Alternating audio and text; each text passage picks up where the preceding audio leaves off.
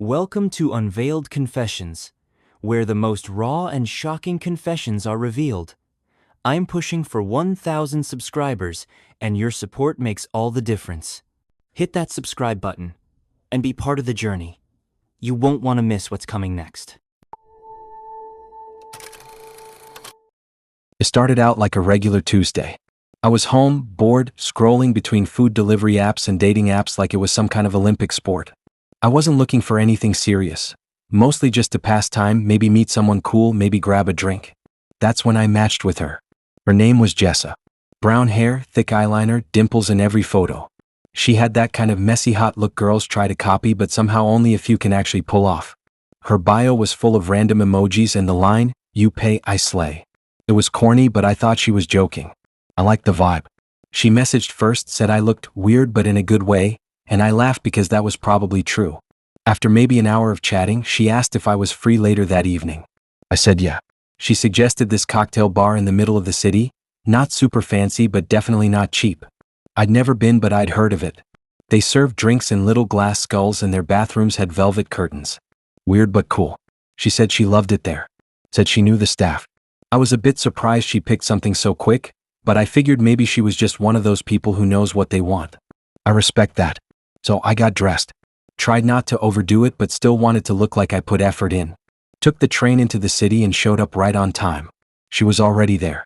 Sitting outside, scrolling her phone, wearing this oversized fluffy jacket and ripped tights like she'd just walked out of an Instagram reel. She smiled when she saw me. Her energy was immediate, all flirty side glances and fast talking.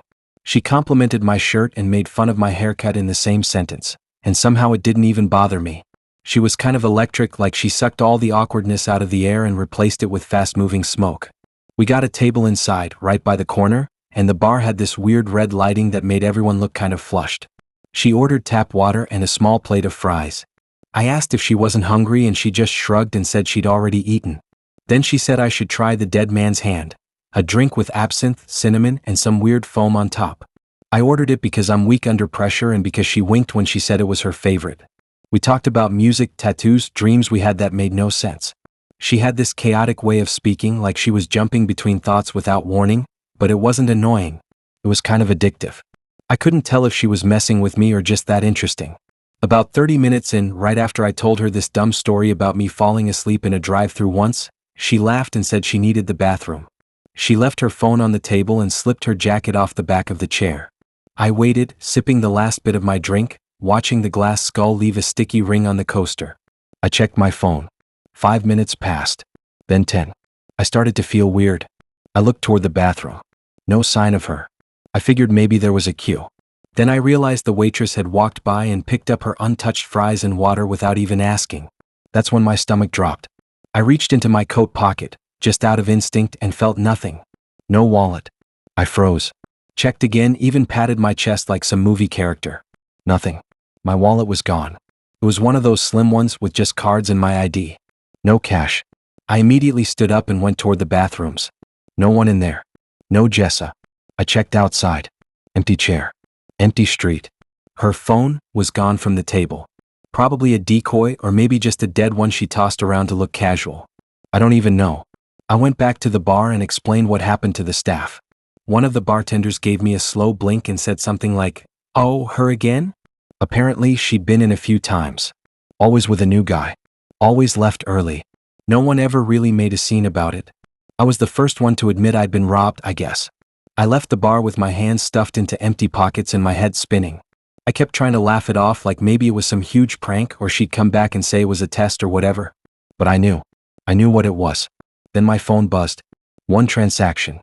Then another. Then another. My card was being used across the city. Designer boutique. Vape shop. A weird high-end grocery store. A nail salon. A liquor store. All within 30 minutes. It was like she had a whole plan. Hit as many places as possible before I could cancel it. I stared at the notifications pop up like live updates from a heist movie, except I was the idiot getting cleaned out in real time. I called the bank, froze the card, filed a report. They told me they'd investigate, but I already knew I wasn't getting that money back. Not all of it. I sat on the curb outside the bar, my legs shaking and my brain fried. I wasn't even angry. I felt more embarrassed than anything. like I'd just been used, peeled open, and thrown away in under an hour. By someone who didn't even pretend to like me past the second drink. I looked her up on Tinder again. Her profile was already gone. Like she'd never existed. I still think about that tap water. That untouched plate of fries. The way she laughed at every joke like she wasn't clocking the exits behind me. Like she didn't already know exactly when she'd vanish. So, I matched with this guy named Riley one Thursday afternoon while eating cold pasta in bed. His profile wasn't flashy, just a few pictures, mostly of him hiking or at these random markets with food trucks. Nothing over the top. He had this casual confidence that made me swipe right. His bio said, down for drinks, deep convos, and anything with fries. I mean, same. We started chatting right away. Not the usual dry stuff. He actually asked real questions, cracked jokes without being weird, and didn't immediately ask for my snap. That alone was impressive. After about 2 hours of nonstop messages, he brought up meeting for drinks. I was off work that night and feeling bored, so I said yeah. He suggested a place I'd never been, some small bar called Maze near the edge of town. I googled it real quick. Seemed decent. Kind of divey, but with cool lighting and a pinball machine. So I said screw it and got ready. I didn't dress up too much. Just threw on a cropped hoodie, jeans, boots. I don't usually get nervous meeting people anymore, but something about the quick turnaround made me feel a little off. Like I didn't really have time to think it through. But Riley had been so normal in our text that I pushed the weird feeling aside. He was already there when I arrived. Sitting at a booth near the back, sipping a beer. He looked just like his photos, maybe even better in person. Tall, kind of scruffy, but not in a lazy way. His smile was easy and he stood up when I got to the table, which no one does anymore. I sat down across from him and it felt chill. Like we were already halfway into a second date somehow. The conversation was smooth. We talked about music, childhood stuff, the worst fast food chains. I asked him about the scar on his hand, and he made up 3 different stories before admitting he'd cut it on a broken mug. He made me laugh so much my face started to hurt. He didn't check his phone once. He kept making eye contact. Everything about him screamed, normal guy who actually likes you. I was mentally planning a second date before I'd even finished my first drink. Around an hour in, the door swung open. I didn't notice it at first. The place had gotten louder, and we were mid-story about this goose that attacked his sister at a petting zoo. But then there was this shift in the air, like the entire bar paused for half a second. I turned my head and saw 2 police officers walking in. They didn't look panicked, just focused. Heads up, scanning. They made a beeline toward our booth. I glanced at Riley, thinking maybe he knew them or they were asking something random. But his smile dropped.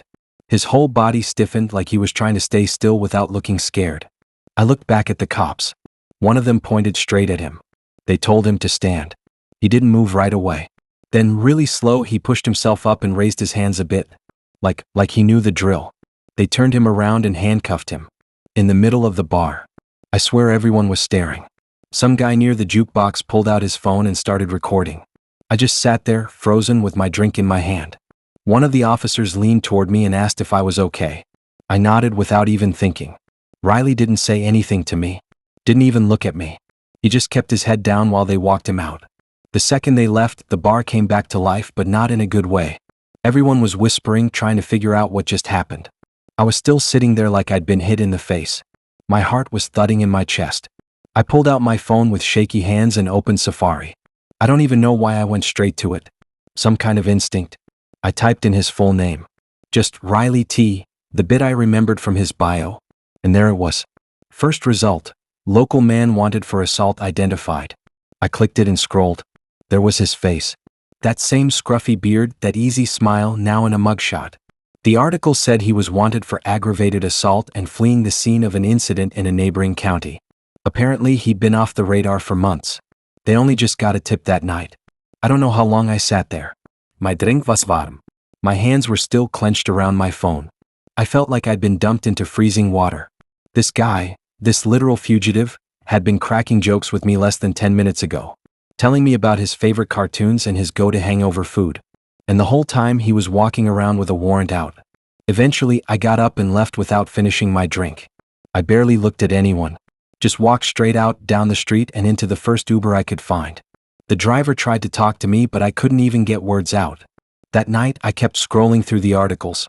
There were photos of him at protests, videos from old interviews when he was in a band, and this one grainy photo of him standing in a crowd, circled in red by some news outlet.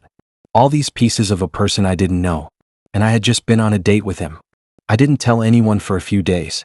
Not because I was scared, really, but because it felt weird to say out loud. Like, who do you even text?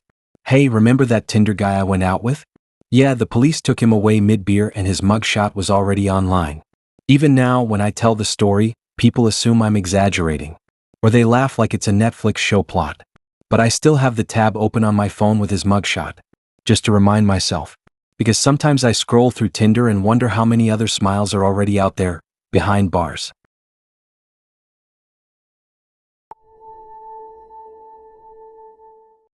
I wasn't even that excited about the date, to be honest. I'd had a long week and only swiped right on him because his photos didn't look like a filtered nightmare. He had this tired kind of look, but not in a bad way. Kind of like someone who actually works instead of spending all day taking gym selfies. His messages were dry but chill. No weird emojis, no creepy compliments, just normal. And I was bored. We agreed to meet at this old pub tucked behind the station. Not a trendy one, but the kind that smelled like soaked wood and always had exactly 4 people inside. It wasn't far from me, which helped, and I figured if it got weird, I could dip out without much effort. I even told 2 of my friends the guy's name, time, and location. I always do. You kind of have to. When I got there, he was already sitting by the window, hunched over a glass of cider with a coaster half torn under his hand. He looked like his pictures, maybe a bit paler. His clothes were plain, black jacket, black jeans, scuffed boots. I sat down and we got talking. He was quiet but polite. Didn't interrupt. Didn't overshare. Kind of intense in the way he looked at me, though. Not creepy, just like he was really paying attention. He asked what I liked to drink and offered to grab it. I followed him up to the bar because I don't trust mystery beverages, and I watched the bartender pour both our drinks. Mine was a vodka soda with lime. I saw her hand it straight to him and he handed it right to me. I held it the whole time as we walked back to the table. At that point, I had no reason to be suspicious. We kept chatting. He asked a lot of questions, some of them kinda random. Like if I liked to go clubbing or if I usually walked home after nights out. Nothing too weird, but just slightly off. I laughed it off. I've had way worse. Halfway through the drink, I felt my makeup starting to slide a little, and my nose was itchy from the indoor heating, so I excused myself to go to the bathroom. I took my bag with me. I wasn't going to leave that behind, even for 5 minutes. The bathroom mirror was grimy and the light flickered, but I fixed my eyeliner, washed my hands, and scrolled my messages while I reapplied lip balm. When I came back to the table, my drink wasn't exactly where I left it. I noticed immediately. I always place it to the right of my phone. It was now in the center of the table. Only slightly moved, but it wasn't where I'd put it. I looked at him, and before I could say anything, he leaned forward with this weird grin and said I shouldn't worry. He didn't touch it. That's what he said. Unprompted. Like he knew I'd notice. Like he was already prepared for that exact moment. I didn't respond. I just kind of stared at the glass for a second, then picked it up and acted like I was going to take another sip. But I didn't. I held it near my mouth, then slowly put it down again. I smiled at him and changed the topic. Inside, my stomach was tightening. The rest of the night, I faked being into the conversation. I pretended to laugh, nodded a lot, checked my phone like I had messages waiting. I said I wasn't feeling too well and that I'd probably head home soon. He didn't argue. He offered to walk me to the station. I declined. Twice. Once I was out of the pub and around the corner, I practically power walked home. I live 15 minutes away and I kept checking over my shoulder the entire time. I didn't see him following me, but I couldn't relax. I felt gross. It wasn't even fear exactly, just this thick, pressing dread. I got home, locked the door, changed into a hoodie, and sat on my bed scrolling through TikTok trying to shake the weird feeling. I didn't even drink that much. Just the half vodka soda. But about an hour later, my stomach dropped like a stone. I started sweating out of nowhere. My ears rang. My vision blurred. Then came the vomiting. I barely made it to the bathroom in time. It wasn't just a normal sick feeling. It was violent. Over and over again. I couldn't breathe between the waves.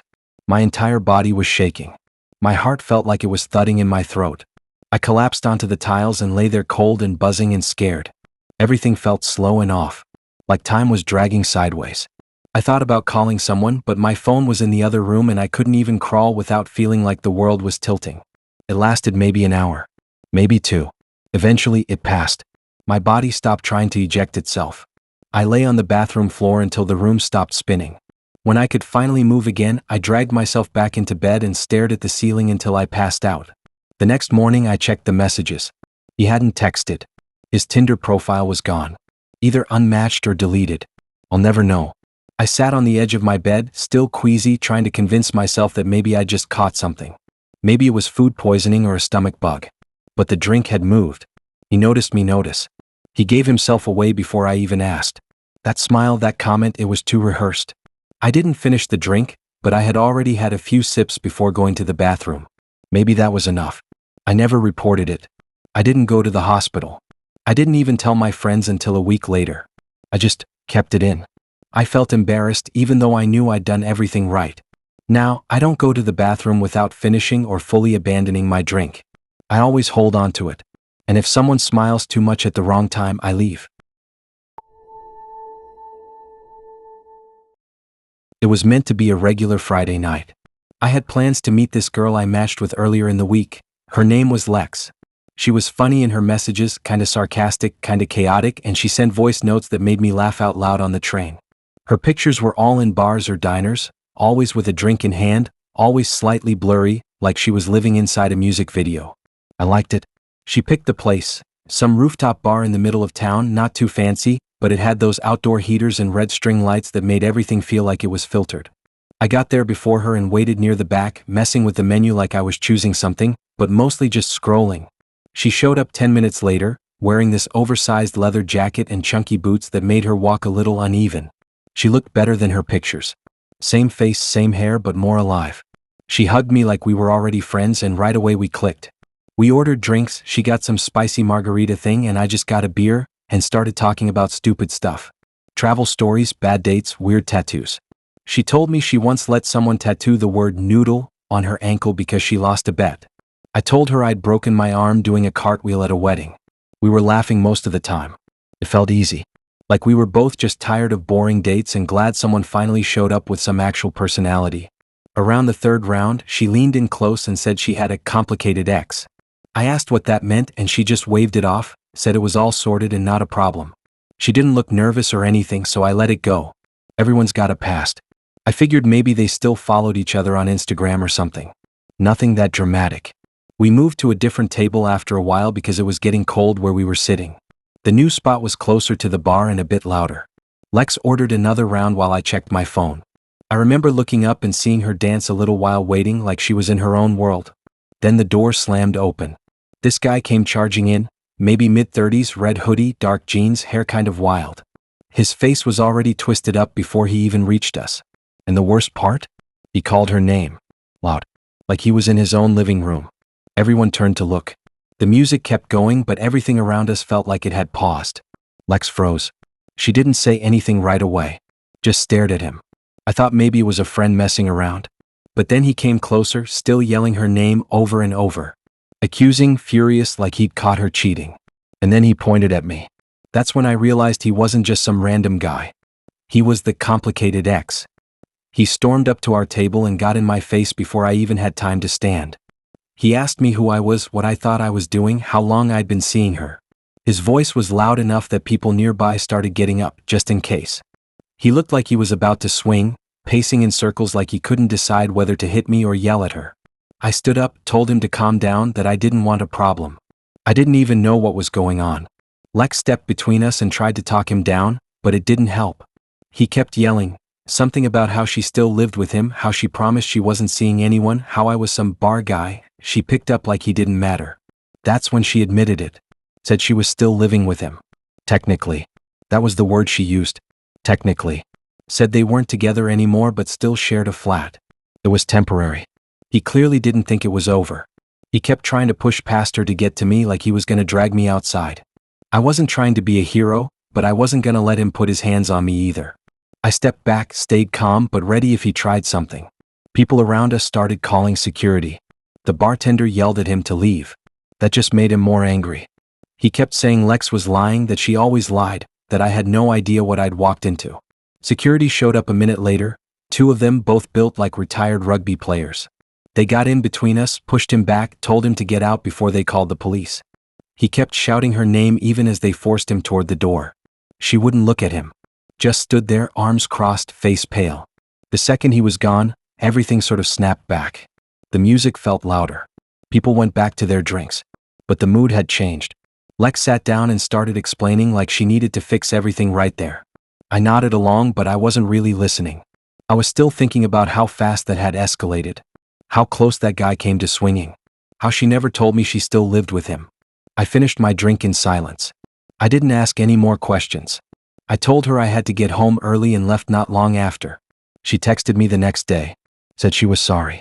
Said she should have told me more. Said he'd be moving out soon. I didn't respond. I unmatched her instead. I'm not trying to judge. I've dated people with messy lives. I've been messy myself.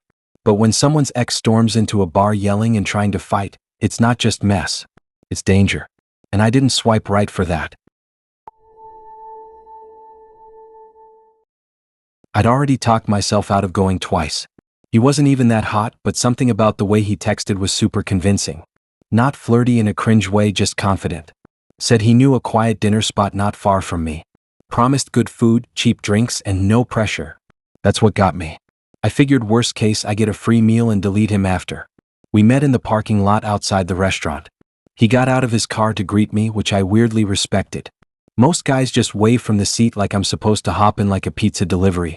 He looked clean, smelled like something expensive, and held the door open when we walked in. So far, nothing sketchy. The restaurant was dim and quiet, kind of cozy. Not fancy, but better than some of the loud bars I'd been dragged to before. We got a booth by the window. He didn't talk too much about himself, which I noticed. Always turned the convo back to me. Asked a lot of questions, always smiling like he already knew the answers. The whole time I kept thinking he's normal. Finally, I had one cocktail, nothing strong. We split some kind of pasta thing and a plate of wings. I laughed a few times, mostly out of politeness. He didn't say anything weird, didn't act overly intense. He wasn't awkward or too cool. Just in control. It wasn't until later that I realized how tightly. After dinner, we stepped outside. I pulled my phone out, fully expecting to book a ride home. But he offered to drive me. Said he lived close to my neighborhood and it made no sense to pay for a cab. I hesitated for a second. Just a second. Then nodded. His car was spotless. Leather seats, everything smelled like pine and aftershave. He had those little LED lights in the footwell glowing soft red. Music was low. Some moody indie playlist I didn't recognize, but it sounded curated. Like he'd picked it just for this moment. He opened the passenger door for me. I buckled in. That's when I heard the locks click. Normal, right? Probably automatic. I didn't say anything. We started driving. I kept checking the map on my phone, not obviously, but just glancing to see the route. At first, we were heading in the right direction.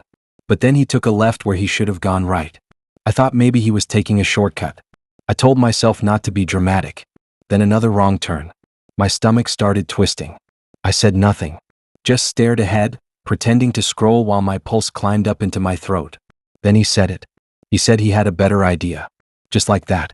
Come. Like it was nothing. Like we were rerouting for dessert or something. My hand froze over my phone screen. I glanced at him. He was still smiling. Still gripping the wheel like we were just two friends on a road trip. He didn't look angry or crazy or anything. That made it worse. I asked where we were going, not out loud, just in my head, and I realized I already knew I wouldn't like the answer. I tried to open the door. Locked. I tried the window button. Dead. That's when the panic really kicked in. Not the movie kind, not screaming or punching. Just this cold, shaking mess of thoughts running in every direction. I tried to keep my voice steady, asked him to take me home, told him I was tired, I had work early. He didn't answer. He just kept driving, eyes on the road, like I hadn't said anything at all. The red glow from the footlights made everything feel unreal. I sat there, frozen, trying to think of something smart to do. I thought about grabbing the steering wheel. I thought about screaming out the window. But we were moving fast and the streets were empty. I didn't even know this area. Then I saw a traffic light up ahead, red, glowing against the dark. He slowed down, not fully but enough. My fingers found the lock switch. I tried it again. Nothing. Still dead. My eyes darted around for anything. A button, a handle, a weakness. Then the car lurched slightly as it braked. Just for a second. That was all I needed. I grabbed the door handle as hard as I could, braced my feet against the floor and threw myself sideways. The door wasn't fully open. It caught on something. But I forced it, shoved my shoulder against it, and threw myself out as the car slowed almost to a stop. I hit the pavement hard. Everything blurred. My knee scraped, my elbow cracked against the curb, my phone flew into the street. I rolled once and landed face down. I could taste metal in my mouth. I didn't stop to think. I just ran. I didn't look back. I ran until I found lights. A 24-hour petrol station. I burst inside, out of breath, covered in grime. The guy behind the counter just stared. I asked to use the phone. I didn't care how I sounded. I gave them my name, told them where I was. They called someone. I sat behind the counter until a patrol car showed up. They asked if I got a plate number. I didn't. I couldn't even remember what kind of car it was. I didn't even know his real name. Tinder doesn't ask for ID. I filed the report. I left out the part where I said yes to the ride. I left out the part where I doubted my gut. I told them he changed direction. I told them he said he had a better idea. They never found him. I deleted the app the next morning. I still think about that door handle sometimes. How close it came to not opening. I didn't expect anything serious. I was just hungry mostly. She'd messaged first, said she liked my smile, then asked if I liked lasagna. That was her opener. No small talk, no weird icebreakers, just straight to food. I respected it. We talked for a day or two, nothing too deep, just back and forth jokes and music links. Then she invited me over. She said she loved cooking for people. Said it was her thing. I figured sure, why not? I'd done enough awkward bar dates. A chill night in with a homemade meal sounded like a win. I didn't get any weird vibes from her profile or her texts. She seemed kind of quirky, yeah, but in a good way. Like she had dark humor but knew where the line was. Her place was on the edge of town, not far but just enough that it felt slightly out the way. It was one of those older houses that looked like it had been split into two flats. She was on the ground floor. When I got there, the porch light was on and I could already smell something cooking. Garlic, tomatoes, something sharp underneath it. She opened the door before I even knocked. Smiling, wearing this massive hoodie with cartoon skulls on it, socks with little flames. She looked shorter than I expected. Her place was warm, kind of dark, with a bunch of plants in weird corners and a lava lamp flickering red on a side table. I remember thinking it looked like a teenager's idea of a cool haunted house. We sat down at the table, small, wobbly, one of the legs taped. She poured me a glass of red wine from this unlabeled bottle and brought out 2 plates of lasagna that looked way too perfect. Crispy edges, thick layers, that bubbling cheese top you see in food ads. I was impressed. Like properly impressed. The first few bites were good. Really good, actually. I told her and she grinned like she already knew. Said it was her secret recipe. Then we started chatting about the usual stuff. Bad exes, weird Tinder dates, dumb work stories. She had a lot to say about her upstairs neighbor. Said he walked too loud and once threw a frozen chicken into the backyard at 3 a.m. I laughed, not sure if she was serious. Halfway through the meal, I excused myself to use the bathroom. She pointed to the hallway. Small place, short corridor, just one door. I walked past this bookshelf that was half filled with VHS tapes and dusty candles. Everything felt a little sticky? Not dirty exactly, just like it had been touched too many times by too many hands. The bathroom light was flickery. Fluorescent. I flicked the switch and it buzzed. The floor was covered in mismatched tiles, and there was a tiny window up high, barely cracked open. I didn't really notice anything off at first, just the usual old house smell. But then I lifted the toilet lid. And froze. I don't know how else to describe it. It looked like vomit, thick, soupy, with bits of something stringy floating in it. But there was red too. A lot of it. Dark red, clinging to the porcelain.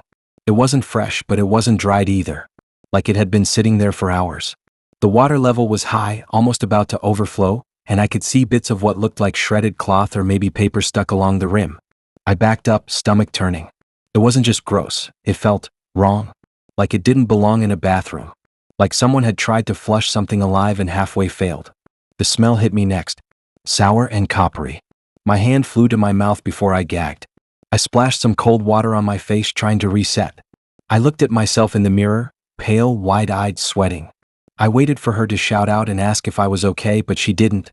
Just silence, like she hadn't noticed how long I was gone. When I walked back into the kitchen, I must have looked off. I didn't even try to pretend. She glanced at me, took one last bite of lasagna, then said it. Said that happens a lot around here. Just like that. No explanation. No apology. Not even like she was embarrassed. She just said it and went back to her plate like she was talking about a creaky pipe or a flickering light bulb. I couldn't respond. I just stood there, still holding onto the doorframe, heart hammering. I looked at my half-eaten plate. Suddenly, the smell from the bathroom was in my nose again. I couldn't shake it. I asked her what she meant, barely able to get the words out, and she just shrugged. She said maybe it was the pipes, or her roommate, or the weird stomach bug she kept getting. She laughed after that part. I didn't. I told her I had to head out. Made up something about work the next morning. She didn't fight it. Didn't walk me to the door either. Just said it was cool and that I could take leftovers if I wanted. I didn't. I stepped outside into the cold like I'd just escaped a weird dream. I sat in my car for 10 minutes before starting it. Tried not to think about the red in the toilet. Tried not to think about the stuff I couldn't recognize floating in it. Tried not to think about the weird sharp taste that lingered in the back of my throat from her secret recipe. I blocked her the next morning. Deleted the app the day after. And I haven't eaten lasagna since. It started with a dumb little detail. I recognized the lamp. We were walking into his apartment and there it was, on the small table near the door, this tall, ugly brass lamp with a cracked green shade. I couldn't place it right away, but it hit something in the back of my brain. Like I'd seen it before, maybe in a photo or a video, or just somewhere I didn't want to remember.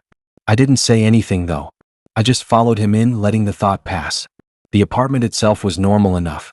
Big windows. Cold floors. Weird art on the walls, the kind of prints you'd find in those homewares nobody shops in. He said he lived alone. Said the place was his cousin's before him and he just took it over. That kind of half-story people give when they don't want to be asked follow-ups. We met on Tinder a few weeks before. Messaged a little. Took it slow. He seemed low-key, a little awkward, but not in a creepy way. Just quiet. His name was Dan. Basic guy name. Basic photos. Mirror selfies, hoodie, some gym stuff, and one picture of him holding a fish which I almost unmatched over but didn't. He asked if I wanted to come over for a drink. Said he wasn't feeling bars lately. I wasn't either. I'd been to enough loud places filled with strangers that month. So I said sure. The apartment didn't smell like anything. Not food. Not candles. Just blank. I remember thinking that was odd. Most people live with a scent. He poured us drinks, something clear with lime, and sat close on the couch. We talked about movies. He said he liked ones where nothing really happened. I laughed but he didn't, just nodded like that was a real answer.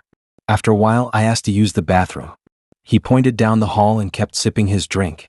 As I walked through the hallway I saw the bedroom. Door wide open. Clean sheets, plain bed, big mirror facing the footboard. The mirror looked expensive, too nice for the rest of the place. One of those vintage frames with claw-like corners. Something about the angle of it felt off. Like it was positioned to watch the bed, not reflect it. In the bathroom I took a breath. Splashed cold water on my face even though I wasn't hot. Just needed to reset.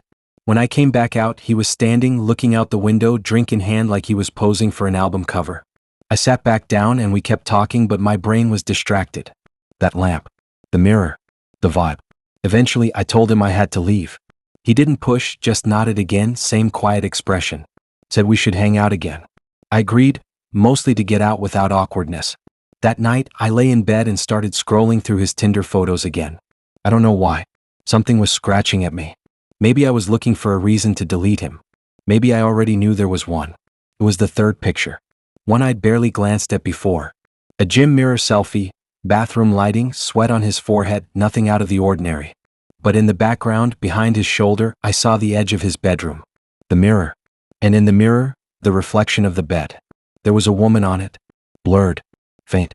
Like motion caught in the frame. But you could see her arms, stretched out above her, wrists close together. The rest of her was almost obscured by the lighting, but she was lying down. So, I stared at that image until my eyes burned. Zoomed in. Zoomed out. Took a screenshot. Brightened it. It didn't look staged. She didn't look like she was laughing or smiling or even awake. Just there. Tied up. Faint outlines of rope or straps, maybe. It wasn't sharp. But it was enough. I sat up in bed. Heart pounding.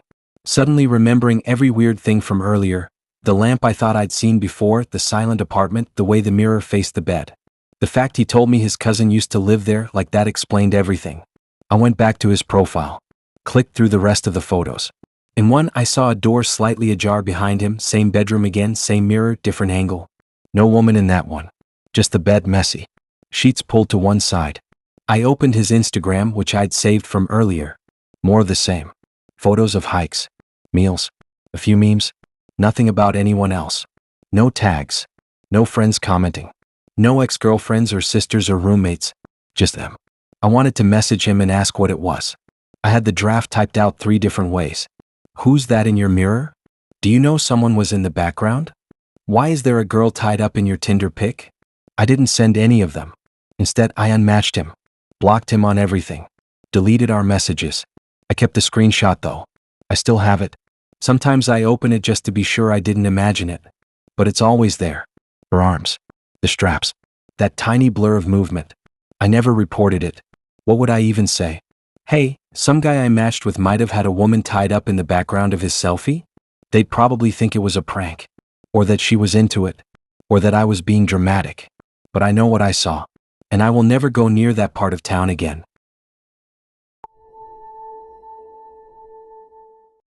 It was supposed to be chill. Just a quick coffee date at this little cafe near the strip mall. Nothing fancy, no pressure, just meet, talk, feel it out. I wasn't even dressed up. Hoodie, joggers, beat-up white trainers. I was expecting awkward small talk, maybe a hug goodbye. Worst case, she'd ghost me after.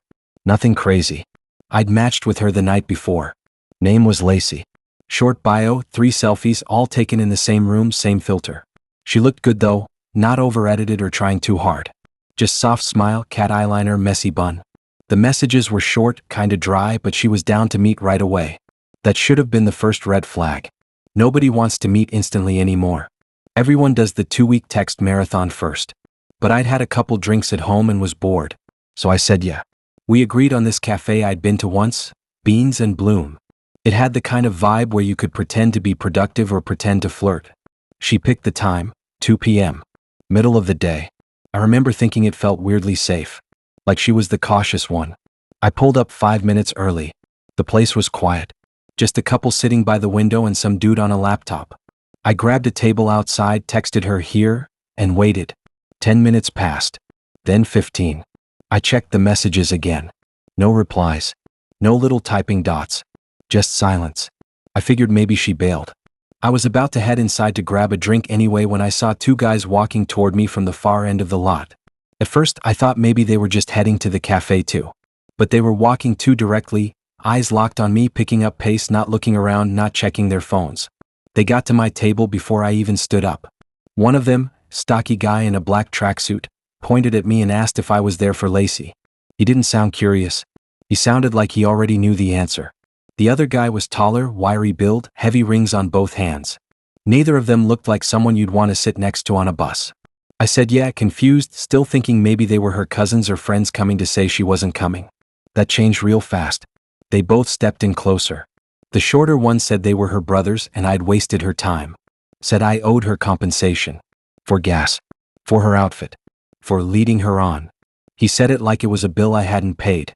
The taller guy didn't say much, just cracked his knuckles and stared at my shoes. I stood up slow, trying to laugh it off, thinking this was some weird prank or maybe they had the wrong person. But they weren't joking. The short one pulled out his phone, tapped on something and showed me a screenshot. My Tinder profile, full screen, my face right there. He said, "This you?" Like I'd just been caught doing something criminal. I backed away a little, heart pounding now. My car was parked at the edge of the lot, but the way they were standing boxed me in. I told them I didn't bring cash, which was true, and then the tall one stepped around the table, trying to cut me off. His hand brushed my jacket pocket like he was about to reach in. That's when I moved. I didn't think. I just turned and ran. Shoes slapping the pavement, arms pumping, no plan, no strategy. Just get away. I heard them yelling behind me, footsteps following for a few seconds, then fading out. I bolted around the back of the building and kept running. My laces came undone. One of my shoes slipped off completely, but I didn't stop. I ran through the alley behind the shops, over broken bottles and cigarette butts, through someone's back garden, until I couldn't hear anything except my own breathing. I ended up crouched behind a dumpster near a mechanic's shop, gasping, socks soaked through with something gross. I stayed there until I was sure they weren't behind me. Then I called my friend to come get me. I didn't go back for my car until late that night. I checked the Tinder profile later. Lacey was gone. Unmatched. Like she'd never existed. No number. No socials. Nothing to trace. Just gone. I still had the screenshot on my phone, the one they showed me. That part was real. But everything else? Total setup. Looking back, it was so obvious. Same selfie in all the photos. No background details. No voice notes. Weirdly eager to meet. No hesitation. She probably wasn't even the one messaging me. Probably wasn't even a real person. Just bait. A fake profile to lure dumb guys into fake dates. Set them up in public, pressure them for cash, corner them in parking lots. Who knows how many people they'd done it to? I got lucky. I was fast enough, angry enough, sober enough. But I still dream about it sometimes. That feeling of being surrounded, the way they looked at me like I was already done, like they'd already decided how the day was going to go. I don't use Tinder anymore. And I double knot my shoes now. Every time.